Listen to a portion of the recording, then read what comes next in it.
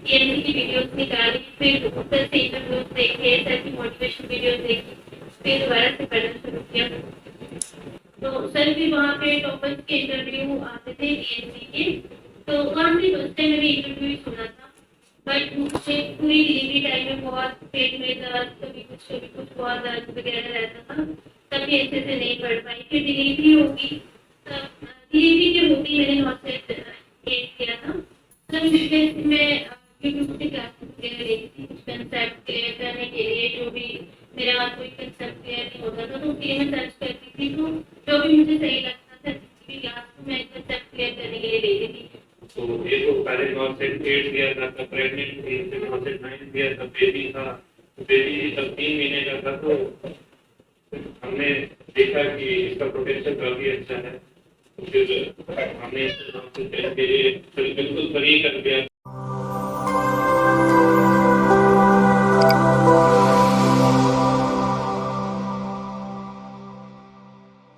दोस्तों, सफलता की राह है कितनी भी मुश्किल हो, पर मेहनत के दम पे उसको आसान बनाया जा सकता है। ये कर दिखाया है जम्मू कश्मीर की एक बेटी ने, जिसने सिर्फ अपने माँ बाप का नाम, अपने हस्बैंड का नाम रोशन नहीं किया, बल्कि पूरे जम्मू कश्मीर में आने वाली जो जनरेशन है नर्सिंग की, उन सबको एक होप दी है कि अगर आप सही राह पे चलेंगे, मोटिवेशन के साथ में, मेहनत के साथ में अगर सही राह पे चलेंगे, तो आने वाले नॉर्सेट के एग्जाम में नर्सिंग ऑफिसर बनने से आपको कोई नहीं रोक सकता है। तो दोस्तों, आज का ये जो इंटरव्यू होने वाला है, इस इंटरव्यू में हम बात करने वाले हैं नाजिया बानो से, जिन्होंने जम्मू कश्मीर में पूरे स्टेट के अंदर और पूरे भारत में ऑल इंडिया रैंक 279 के साथ में, बहुत अच्छी रैंक के साथ में नर्सिंग ऑफिसर बनने की इस जर्नी को, मुकाम को हासिल किया है। तो नमस्कार, टीएनसी नर्सिंग के डिजिटल प्लेटफॉर्म में आपका स्वागत है। आज हम बात करने वाले हैं नाजिया से। तो नाजिया, स्वागत है आपका डिजिटल प्लेटफॉर्म पे टीएनसी नर्सिंग के। और आज के इस इंटरव्यू में, इस इंटरव्यू को जो भी बच्चे देखने वाले हैं, मैं पूरा श्योर हूं कि वो बच्चे जो नॉर्सेट की तैयारी कर रहे हैं या भारत देश में किसी भी नर्सिंग ऑफिसर एग्जाम की तैयारी कर रहे हैं, वो आज के इस इंटरव्यू से बहुत कुछ सीखने वाले हैं। किस तरीके से आपने आपकी सफलता की राह में क्या क्या मुश्किलात आई, और क्या तरीके आपने, क्या स्ट्रेटेजी आपकी रही, क्या आपका फोकस रहा, किन चीजों पे फोकस रहा, और किस तरीके से आपने नॉर्सेट की इस राह को आसान बनाया और इतनी शानदार रैंक लेके आप पूरे देश के अंदर आपने टॉप रैंक लाई। तो इस पूरी जर्नी के बारे में आज हम बात करने वाले हैं। तो नाजिया, स्वागत है आपका। सबसे पहले हम आपके इंट्रो के साथ में स्टार्ट करेंगे। सो नाजिया, आपका इंट्रो बताइए सारे एक्सपीरियंस को जो इस वीडियो को देखने वाले हैं। Good evening sir. सर, मेरा नाम नाजिया बानो है, मैं टोडा जम्मू कश्मीर से रहने वाली हूँ। सर, मेरा ये साढ़े बैंक था, तो जिसमें मुझे ऑल इंडिया रैंक 279 मेरे लिए है। सो नाजिया, मैं आपसे ये पूछना चाहता हूँ कि बीएससी नर्सिंग कब कंप्लीट हुई बच्चे आपकी? सर, मेरी 2024 2024। सो जो भी एस्पिरेंट इस वीडियो को देख रहे हैं, तो दोस्तों, बहुत टाइम नहीं लगता है सफलता की राह में। अगर आप लोग पहले से ही तैयार हैं, एग्जाम के लिए सज्ज हैं, तो नॉर्सेट की एग्जाम को जल्दी भी क्रैक किया जा सकता है। 2024 में नाजिया का बीएससी नर्सिंग पास आउट हुआ, और 2026 स्टार्टिंग में, यानी कि लगभग 1.5 साल की इस जर्नी के अंदर उनको अपनी राह है, उनकी जो मंजिल है वो मिल गई है। तो अगर आप सही राह पे चलेंगे, तो जिस तरीके से नाजिया को सफलता मिली है, उसी तरीके से आपको भी सफलता मिल सकती है। नाजिया, नॉर्सेट का नाम सबसे पहले आपने कब सुना बच्चे, कि नॉर्सेट की भी, नॉर्सेट नाम की कोई चीज होती है या एम्स नाम की कोई चीज होती है, पहली बार कब सुना? सर, हम कॉलेज में थे तब हमारे एक टीचर थे जो हमें वहाँ पे पढ़ाते थे, वो सिलेक्ट हुए थे फर्स्ट टाइम एम्स नॉर्सेट उन्होंने क्लियर किया था, तो उसके बाद से हमें पता चला था। तो उसके बाद से हमने भी सोचा कि क्या हम कर पाएंगे, कभी टफ होता है बहुत, हमारे टीचर सर भी बताते थे कि टफ होता है, ऐसे ऐसे होता है, हमने दिया है, नहीं होता है क्लियर एक बार में, बहुत मुश्किल होता है। तो सर, हमने भी यही सोचा था कि शायद नहीं हो पाएगा मुझसे। तो उसके बाद जब घर आए तो हमने भी सोचा कि हम करेंगे, एक बार ट्राई तो करेंगे देने की। उसके बाद सर हमने पढ़ना शुरू किया। और ये कब की बात है लगभग? सर, ये 2023 में मैंने स्टार्ट की थी, तब पता चला था। और जब फाइनल एग्जाम हो गए थे, मैं घर आ गई थी, उसके बाद से मैंने प्रिपरेशन। तो फाइनल एग्जाम के बाद में प्रिपरेशन स्टार्ट करी। और अगर नाजिया पूरे एक्टिव तरीके से, बट दोस्तों जरूरी नहीं है कि आपको हमेशा ट्रैक है वो टाइम पे मिले। कभी कभी ऐसा भी होता है कि ट्रैक जो है वो आपको टाइम पे नहीं मिलता। हो सकता है अगर नाजिया कॉलेज टाइम से प्रिपरेशन करती तो ये जर्नी है थोड़ी सी पहले और अच्छी हो जाती। पर जो किस्मत को, जो खुदा को मंजूर होता है वही हमारी किस्मत में होता है। तो नाजिया ने अपनी कॉलेज टीचरों से इंस्पायर हुए कि उनका एम्स नॉर्सेट का एग्जाम निकला था और उसके बाद में इनको पता चला कि नॉर्सेट की प्रिपरेशन में क्या चीज होती है। तो नाजिया, जिस तरीके से आपने प्रिपरेशन स्टार्ट करी तो सबसे ज्यादा डिफिकल्ट फेज आपका क्या रहा? मतलब मेरा मेरा एंगेजमेंट पहले से ही हो गया था जब मैं कॉलेज में थी, तो मुझे लगा था मैं प्रिपेयर करके बाद में शादी वगैरह बाद में होगा, लेकिन अचानक से फिर जल्दी शादी का अरेंज हो गया। तो फिर मेरी शादी होगी, उसके बाद फिर मैंने सोचा कि कोई बात नहीं, अब मैं प्रिपेयर कर लूँगी। पर उसके बाद मुझे बेबी था पेट में, तो उसके बाद भी मैं नहीं कर पाई अच्छे से। तो मैंने लिया था क्लासेस, कुछ लेती थी मैं, थोड़ी बहुत प्रिपेयर किया था, लेकिन अभी मेरा कुछ भी कंप्लीट नहीं हुआ था अच्छे से। तो उसके बाद 9 से 7 मैंने तब दिया था, तो तब भी मेरी 5,000 रही थी। मैंने सोचा कि अभी कुछ भी मैंने प्रिपेयर नहीं किया था, फिर भी नेसी रैंक अगर आ सकती है तो प्रिपेयर करके तो हो जाएगा। फिर मैंने सेकेंड टाइम फिर से मैंने प्रिपेयर करना शुरू किया, बट मुझे पूरी डिलीवरी टाइम में बहुत पेट में दर्द, कभी कुछ बहुत दर्द वगैरह रहता था, तभी अच्छे से नहीं पढ़ पाई। फिर डिलीवरी होगी, तब डिलीवरी के होगी मैंने नॉर्सेट गेट किया था, तभी थोड़ा सा कम मार्क्स थे मेरे। दोस्तों सबसे डिफिकल्ट फेज के बारे में अगर बात करें तो इतनी डिफिकल्ट फेज रही कि देखिए कभी कभी ऐसा होता है कि इंसान मानसिक रूप से या फैमिली से या कभी अलग अलग रीजन जो होते हैं वो डिफिकल्ट फेज आते हैं। पर नाजिया का फेज ऐसा था जो तो अनअवॉइडेबल था। फार्माकोलॉजी में होता है कि एडवर्स इफेक्ट जो होते हैं उनको तो हम अवॉइड कर सकते हैं पर साइड इफेक्ट को अवॉइड नहीं कर सकते। तो उसी तरीके से ऐसा फेज था जिसको अवॉइड करना भी नामुमकिन था, क्योंकि नाजिया जो है वो अब मदर भी हैं। तो उस टाइम पे इनका ये प्रेगनेंसी उनकी कंसीव थी और उस फेज में सबसे डिफिकल्ट फेज रहा। प्रिपरेशन कर भी रहे थे, शरीर भी साथ नहीं दे रहा था, सारी चीजें हुई और उसके बाद में जैसे ही बेबी बोर्न हुआ उसके बाद में इनको सही ट्रैक मिला। तो नाजिया सबसे पहले मैं आपसे ये पूछना चाहता हूँ कि टीएनसी नर्सिंग के बारे में कैसे पता चला आपको? सर मैं यूट्यूब से क्लासेस वगैरह लेती थी, कुछ कंसेप्ट क्लियर करने के लिए। जो भी मेरा कोई कंसेप्ट क्लियर नहीं होता था तो उसके लिए मैं सर्च करती थी, तो जो भी मुझे सही लगता था जिसकी भी क्लास को मैं कंसेप्ट क्लियर करने के लिए लेती थी।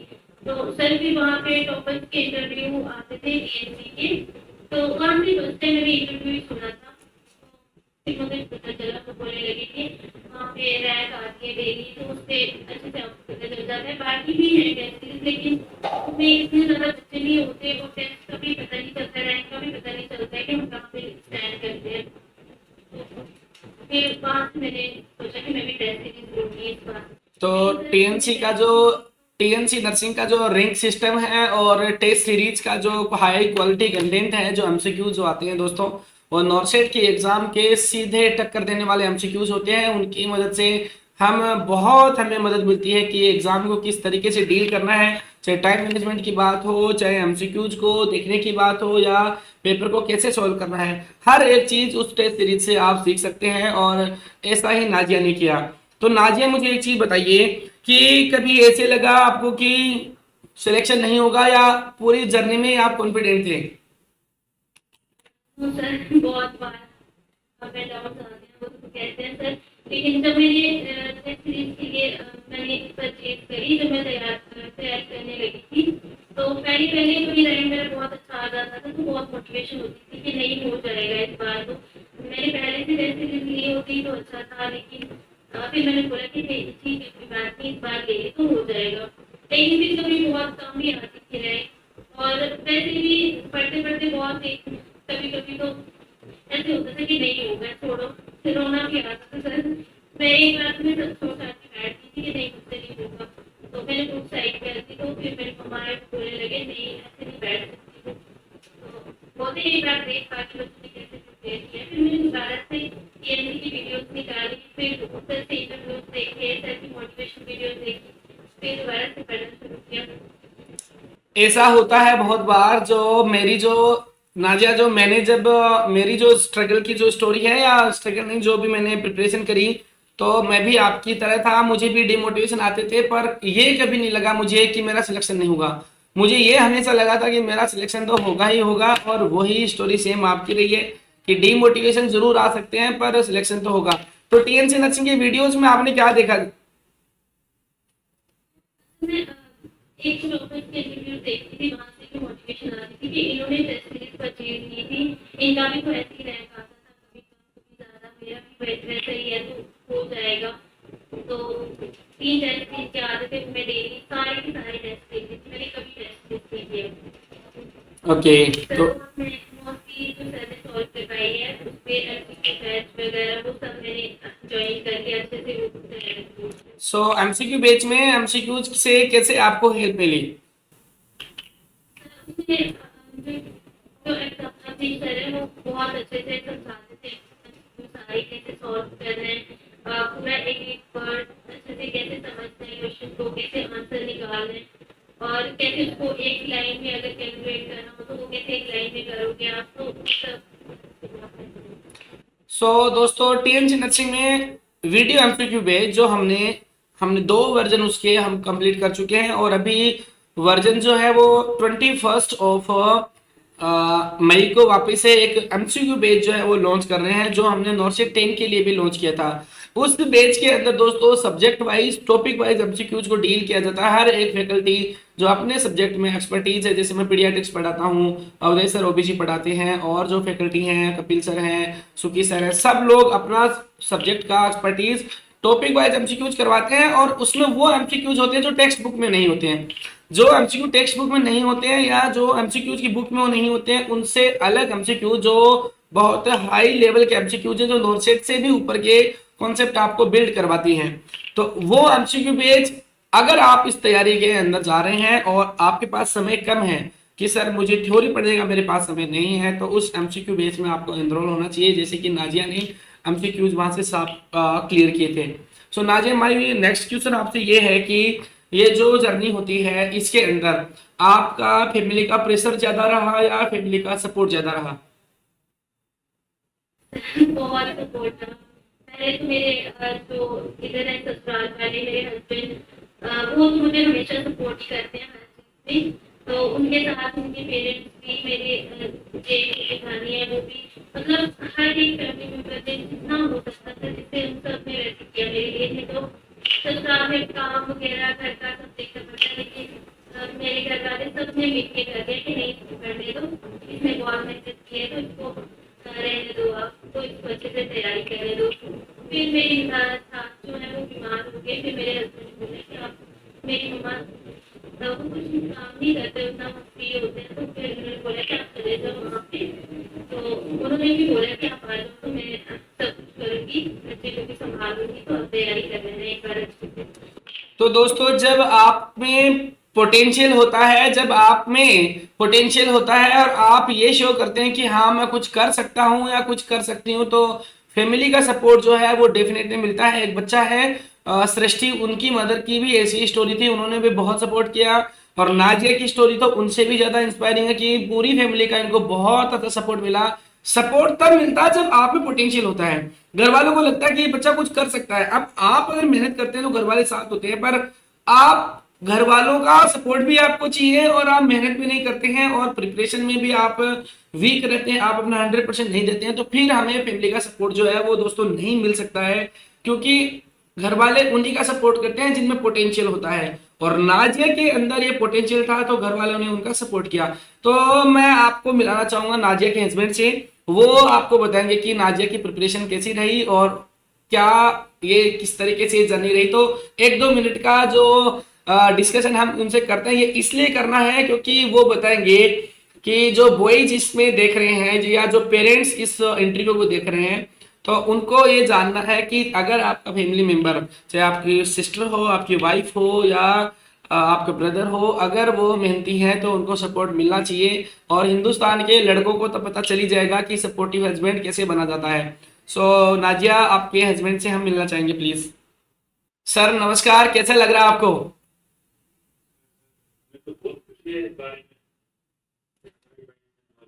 क्लियर किया है।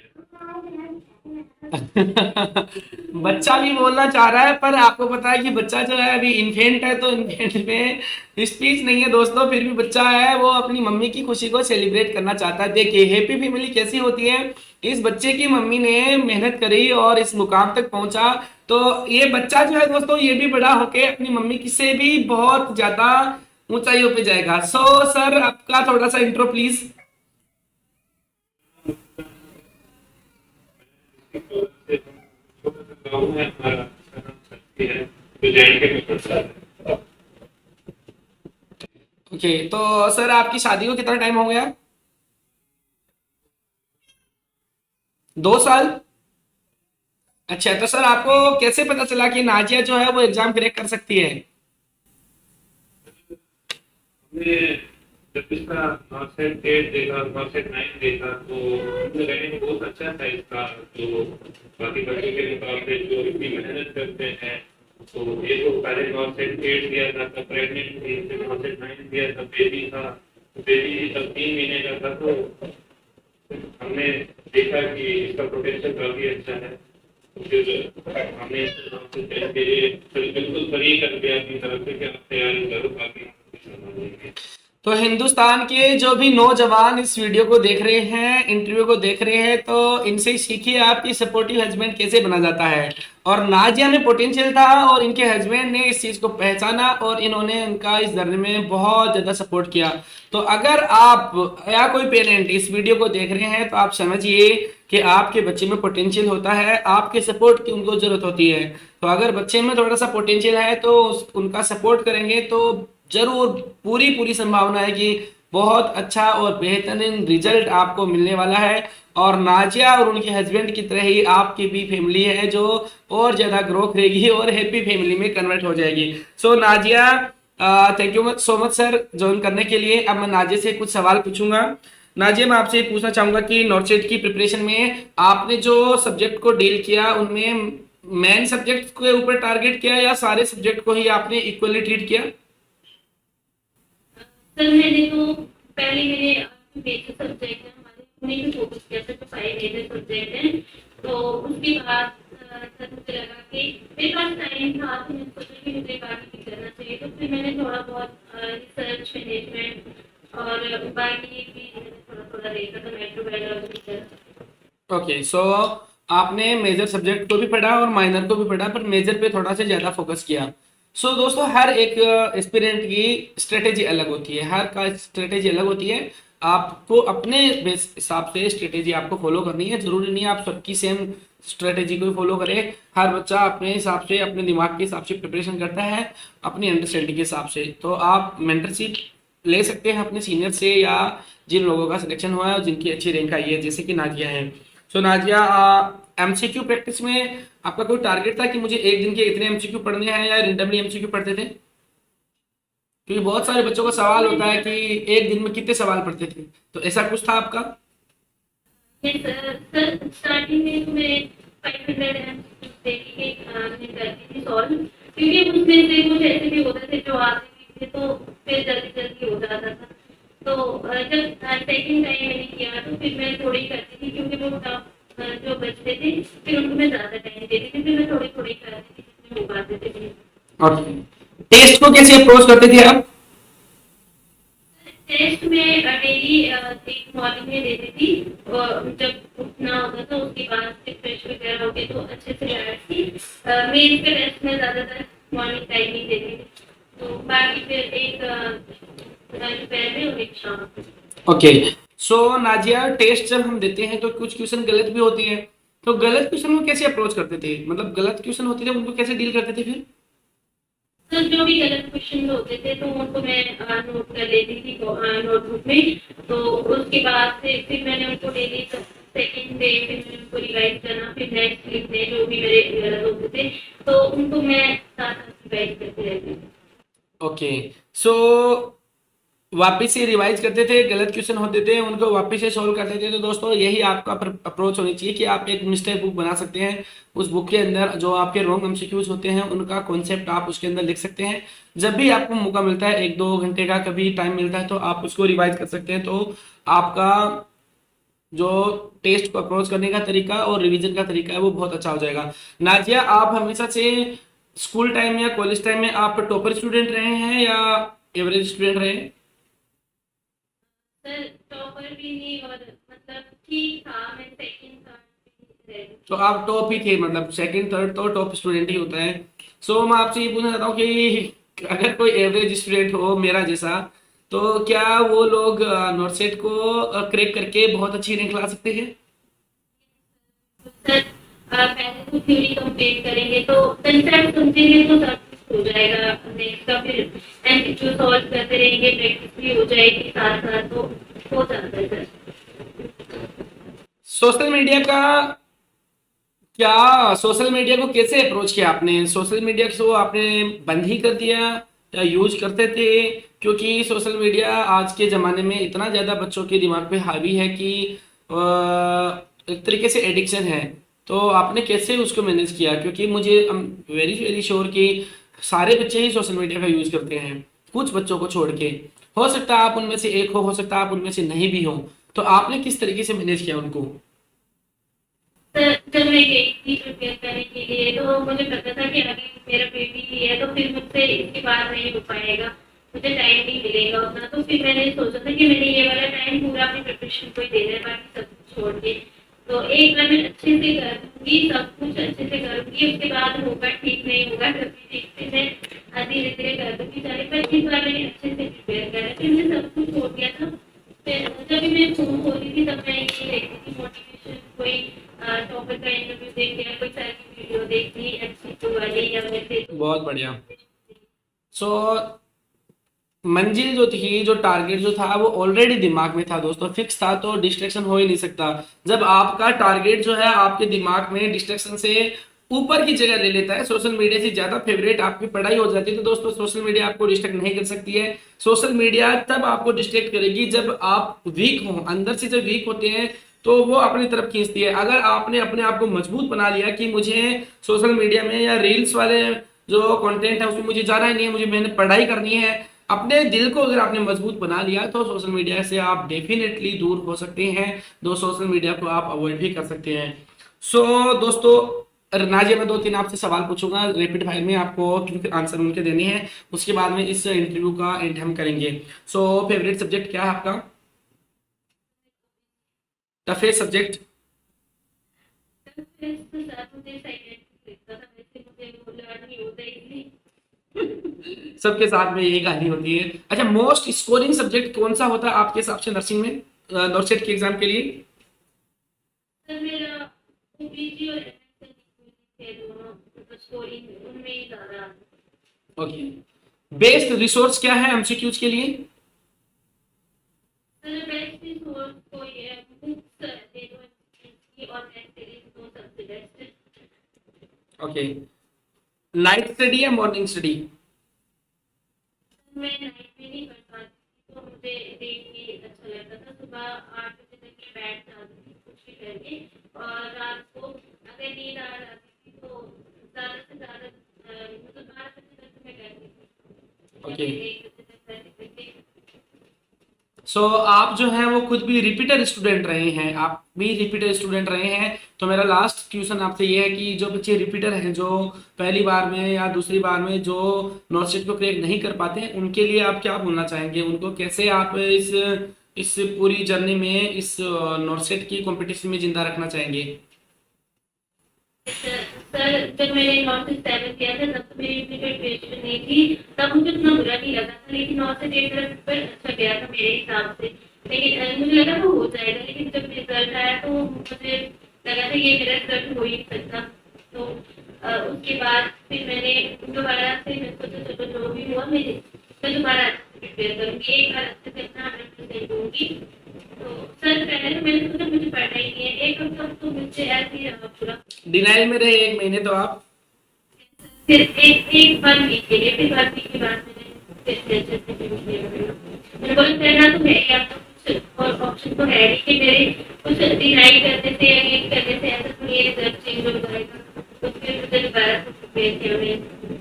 सो दोस्तों नाजिया जो है वो भी कम से कम इन्होंने भी 3 से 4 अटेम्प्ट दिए और उसके बाद में सफलता मिली। तो अगर आप भी इस राह पे हैं तो हम ऐसे भी इंटरव्यू दिखाएंगे जिनमें बच्चों ने 6-6, 7-7, 8-8 अटेम्प्ट भी दिए हैं, उसके बाद में उनको सफलता मिली है। हो सकता है मेहनत करने वालों को सफलता थोड़ी देर से मिल जाए, पर ऐसा कभी नहीं हो सकता कि मेहनती बच्चों को सफलता नहीं मिले। ये जीता जागता उदाहरण एग्जाम्पल आपके सामने है।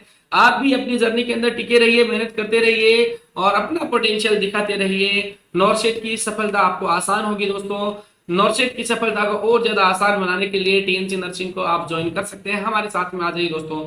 एमसीक्यू बैच अभी लॉन्च होने वाला है नॉर्सेट 11 के लिए और नॉर्सेट 11 और 12 के लिए। अगर आप अपनी थ्योरी को स्ट्रॉन्ग करना चाहते हैं तो हिंदुस्तान का सबसे ज्यादा स्ट्रॉन्ग बैच एडवांस 11, जिसमें हर एक सब्जेक्ट को इतना डिटेल में डील किया जाएगा कि आपकी नॉर्सेट की एमसीक्यू जो है वो आपके लिए आसान होंगी। और टीएनसी टेस्ट सीरीज जो पूरे देश के अंदर सबसे ज्यादा विख्यात और प्रचलित है, इन तीनों ही स्ट्रेटेजीज के थ्रू आप अपनी नॉर्सेट की जर्नी जो है वो आसान बना सकते हैं। ये स्टोरी थी नाजिया की। नाजिया जैसे बहुत सारे बच्चे इस देश के अंदर स्ट्रगल कर रहे हैं, उनको मैं एक ही बात बोलना चाहूंगा कि स्ट्रगल की दौर थोड़ा सा लंबा हो सकता है, पर जब सफलता मिलती है तो जो स्ट्रगल जितना ज्यादा डिफिकल्ट होता है, सफलता उतना ही ज्यादा मजा देती है। सो दोस्तों ये इंटरव्यू था नाजिया के साथ में। Thank you so much Nazia for joining this interview. और भारत में सभी लड़कियों को और पेरेंट्स को और रिपीटेड स्टूडेंट जो है उनको मोटिवेट करने के लिए। दोस्तों मैं मिलता हूं आपको एक नए इंटरव्यू के साथ में, तब तक के लिए आप पढ़ते रहिए, बढ़ते रहिए, टीएनसी नर्सिंग को फॉलो करते रहिए। जय हिंद, जय भारत, वंदे मातरम दोस्तों।